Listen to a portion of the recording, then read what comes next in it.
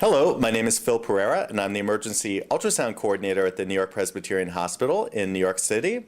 And welcome to Soundbites Cases. In this module, we're going to focus entirely on the trauma fast exam. Specifically, we're going to look further into the right upper quadrant view, also known as the hepatorenal view. Now we're going to cover the two other views of the trauma fast exam in upcoming modules of Soundbites, the left upper quadrant view, also known as the splenorenal or perisplenic view, and the suprapubic view, also known as the bladder view. There's a tremendous amount of information we can gain by looking closely into the right upper quadrant area in our trauma patient. Traditionally, it's been emphasized that the hepatorenal area, or Morrison's pouch view, is the primary target for the right upper quadrant, but it can take up to 600 cc's of fluid to make a positive exam if only looking into that area. So I'll show some alternative views in this module that can help us to possibly improve on that number. Now let's take a look at a slide showing us how to perform the right upper quadrant view of the trauma fast exam. We'll want to place the probe at about the anterior axillary line and using the liver as an acoustic window, aiming the probe down towards the bedside retroperitoneally to get a good view of these anatomical structures. It's best to have a small footprint probe that can easily sit between the ribs, giving a good view onto this area. Notice that this is a long axis view with the probe marker positioned superiorly. Now our first view from this right upper quadrant area will be position 1 as shown here in the infradiaphragmatic space, just below the diaphragm and above the liver. Second, we'll move the probe slightly inferiorly to look into the traditional Morrison's pouch or hepatorenal interface. And the last view is the caudal tip of the liver shown here in position 3. It's very important to look at the caudal tip of the liver as this represents the beginning of the right paracolic gutter, and small amounts of fluid will pool here before moving into Morrison's pouch. Now that we know how to perform the right upper quadrant view of the trauma fast exam, let's take a look at a normal image that you might obtain. Remembering that this is a long axis view, I have the probe marker here positioned towards the patient's head.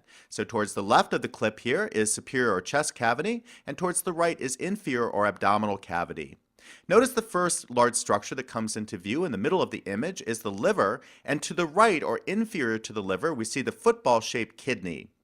Now it's that interface between the liver and kidney that represents a potential space known as Morrison's pouch where we'll be looking for dark anechoic fluid collections. Note here we see a thin white line making up a normal exam and representing the fat within the capsule around the kidney. Notice to the left of the liver we see the white diaphragm that represents the interface between chest and abdominal cavities.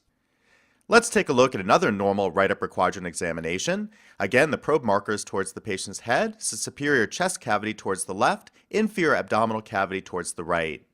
We see the liver in the middle of the image, and notice the diaphragm above the liver moving up and down as the patient breathes. We see the kidney inferior to the liver, and notice the potential space in between the liver and the kidney that makes up the hepatorenal fossa or pouch of Morrison. Notice in this video clip, all we see is a white line representing the fat within the capsule around the kidney or Gerota's capsule. If there was fluid, we would see a dark or anechoic fluid collection in this potential space. Let's now look at the diaphragm, which we see above the liver, and if we look above the diaphragm, this is where we would look for fluid within the chest cavity or hemothorax in the trauma patient. We may have to move the probe several intercostal spaces on the patient's side to fully investigate the right upper quadrant for fluid. Here's a swing view where I'm starting relatively superior right there, looking in the area between the diaphragm and the liver, going through Morrison's pouch, as I'll show coming up right here, the area between the liver and the kidney, and terminating at the inferior tip of the liver. Notice here we see the caudal tip of the liver extending almost all the way inferiorly down past the inferior pole of the kidney. And it's important to look at that caudal tip of the liver as it represents the beginning of the right paracolic gutter. So in conclusion, I'm glad I could share with you part 1 of the right upper quadrant view of the trauma fast exam.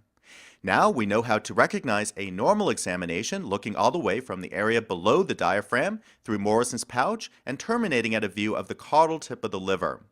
So I hope to see you back as Soundbites continues and we look at part 2 of the right upper quadrant view, focusing on positive examinations.